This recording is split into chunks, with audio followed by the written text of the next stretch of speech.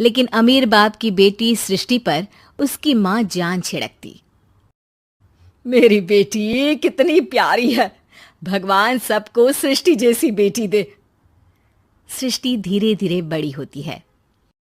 एक दिन सृष्टि की सहेली कहती है, तू दिखने में कितनी अजीब सी है, लेकिन मैं जानती हूँ हम सब में सबसे अच्छी शादी तो तेरी ही होगी। तेरे पापा अमीर जो हैं। और बता नहीं सकते यार, दहेज तो हर कोई देता है, ये क्या ज्यादा ले जाएगी अपने पति के लिए? अरे बड़े शहर में कोठी है इसके पापा की। अरे पापा की है ना, कौन सी इसकी है? इसकी होती तब तो कोई भी लड़का इससे शादी कर लेता। अरे पापा की मतलब पापा की है तो मेरी ही है ना? किसने कहा? अब तेरी तो तब होगी ना जब तेरा भाई ना हो। वैसे भी शादी के बाद सारी प्रॉपर्टी भाई के नाम होती है। सृष्टि समझ जाती है कि उसे किसी भी हालत में माँ बाप की सारी प्रॉपर्टी को अपने नाम करना है, लेकिन कैसे? एक दिन सृष्टि का भाई शीनू कहता है, बहन क्या कर रही है? तुझसे एक बात करनी है। अरे हाँ हाँ करना, मैं तो तेरी बहन हूँ। बहन मेरी लाइफ में ना एक लड़की है, बहुत अच्छी है। मैं सोच रहा हूँ माँ और पापा से बात करूँ शादी के लिए। सृष्टि को समझ में आ जाता है कि भाई की शादी होते ही भाभी उसे एक दिन भी घर में बर्दाश्त नहीं करेगी। क्या बात है भाई, बताना कौन है वो? यार वो बहुत अच्छी लड़की है, पढ़ी लिखी है, मेरे साथ जॉब भी करती है। बस एक प्रॉब्लम है। हाँ प्रॉब्लम? क्या प्रॉब्लम है भाई? यार वो शादीशुदा है, लेकिन उसके पति ने उसे सिर्फ इसलिए छोड़ दिया क्योंकि उसके माँ बाप दहेज नहीं दे पाए। सृष्टि ये सुनकर न जाने क्यों खुश हो जाती है। अरे भाई तो क्या हुआ, लड़की तुझे तो पसंद है ना? शीनू को लगता है कि बहन उसे समझ रही है। वो इस बात से अनजान होता है कि उसकी बहन की मंशा पूरा घर हड़पने की है। सृष्टि अपनी माँ से कहती है, मम्मी मुझे तो बहुत चिंता है, पता है शीनू क्या कर रहा है? अरे क्या कर रहा है, वो तो काम पर जाता है और वापस घर आता है। नहीं ना माँ, वो यही तो नहीं कर रहा, बाकी सब कर रहा है। आपको पता है उससे प्यार है, और वो भी एक शादीशुदा लड़की से। ये क्या हो गया? मैं सोसाइटी में क्या मुंह दिखाऊंगी? अरे तेरे पापा तो यही कहेंगे कि मैंने ही उसे बिगाड़ दिया है।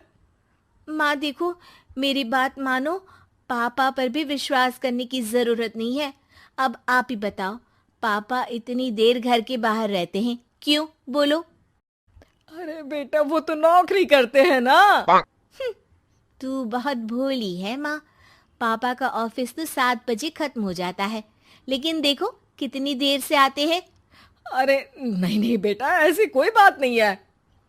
सृष्टि माँ को एक औरत से बात करते पिता की फोटो दिखाती है। देखो माँ कैसे हैं पापा, मैं ना कहती थी कि पापा सही नहीं है। मैं तेरे पापा से बात करूंगी, दे फोटो मुझे। ओ माँ, वो तो डिलीट हो गई। लेकिन चल, तूने तो देख लिया ना, पापा से बाद में बात कर लेना। और हाँ, मेरा नाम बिल्कुल मत लेना। हाँ माँ। अब क्या था, सृष्टि के माँ और पिता के बीच झगड़ा होना शुरू हो जाता है। सृष्टि के मन में क्या चल रहा था कोई नहीं जानता था। एक दिन, माँ सृष्टि के लिए एक लड़का देखा है, वो लोग शाम को उसे देखने आने वाले हैं। और हाँ माँ, एक खुशखबरी, मैं और पापा मिलकर एक नया बिजनेस ट्राई कर रहे हैं। शाम को लड़का आता है, सांवले रंग का। सृष्टि को तो बिल्कुल भी पसंद नहीं आता। लड़की की माँ कहती है, लड़की का चेहरा तो कोई खास नहीं, लेकिन अगर मेरे बेटे को आप लोग सेटल कर दें तो मैं उसकी शादी आपकी बेटी से करवा दूं। सृष्टि को लड़का बिल्कुल पसंद नहीं था। उसे भाई पर गुस्सा आ जाता है। लड़के वालों के जाने के बाद कहती है, माँ देखा शीनू मेरे लिए कैसा लड़का लेकर आया, न दिखाने लायक न सुनने लायक, सेटल भी नहीं, वो भी हम करे। अरे माँ मैं जानती हूँ ये मेरी शादी किसी भी घर में क्यों करवाना चाहता है। अरे, कैसी बात कर रही है बहन? तूने तो देखा ना, लड़के को मैंने ही मना कर दिया तुझसे शादी के लिए। जिसने लड़का बताया था उसने उसकी बहुत तारीफ की थी। बात आई गई हो जाती है, लेकिन सृष्टि का मन शांत नहीं होता।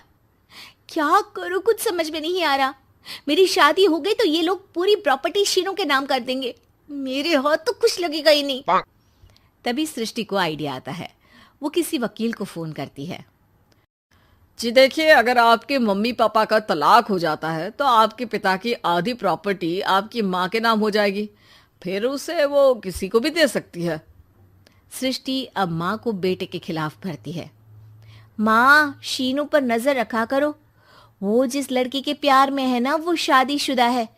यहाँ आएगी, सारा पैसा रुपया जमीन जायदाद सब हड़प लेगी। पापा का भी हाल तुमसे छुपा नहीं है। ऐसा ना हो कि मैं और आप एक दिन सड़क पर भीख मांगे। हे भगवान, मैं तो जीते जी मर जाऊंगी अगर ऐसा हो गया तो। ऐसा हो गया नहीं माँ, ऐसा ही होगा। अभी समय है, आगे का सोच लो। मैं तो कहती हूँ पापा से आधी प्रॉपर्टी लेकर अलग हो जाओ। पापा की आधी प्रॉपर्टी भी हम लोगों को अगर मिल जाती है ना तो अगले 7 जन्म सफल समझो। बेचारी माँ बेटी के कहने पर पति से तलाक लेकर अलग हो जाती है। सृष्टि अब पैसों से गाड़ी और अपने दूसरे महंगे शौक पूरे करने लगी। उसके दोस्त भी उसके पैसे इस्तेमाल करते। सृष्टि, कल तुम कहाँ थी? मैं सारा दिन घर पर अकेली थी। तो मैं क्या करूं? मैंने ठेका तो नहीं लिया है ना तुम्हें संभालने का। माँ को सृष्टि से ये उम्मीद नहीं थी। वो बैठकर रोने लगती है। वहीं उसका पति यानी कि सृष्टि के पिता आ जाते हैं। मैं जानता था कि तुम्हारा यही हाल होगा, तो आपने मुझे रोका क्यों नहीं? मैं रोकता तो तुम रुकती क्या? सृष्टि के कहने पर तुमने मुझ पर अपने बेटे पर शक किया, लेकिन तुम ये भूल गई कि कैसे हम दोनों ने मिलकर जीवन में इतना सब खड़ा किया। माँ पति के गले लग जाती है। मुझे माफ कर दीजिए, मैंने आपकी कमाई का एक बड़ा हिस्सा गवा दिया। कोई बात नहीं, तुम साथ हो तो मैं ऐसी 7 प्रॉपर्टी खड़ी कर दूंगा। तभी वहां सृष्टि आ जाती है रोते हुए।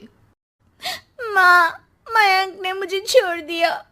वो बोल रहा था जब तक मेरे पास पैसे थे तब तक ही वो मेरे साथ था। पापा, माँ, मुझे माफ कर दीजिए।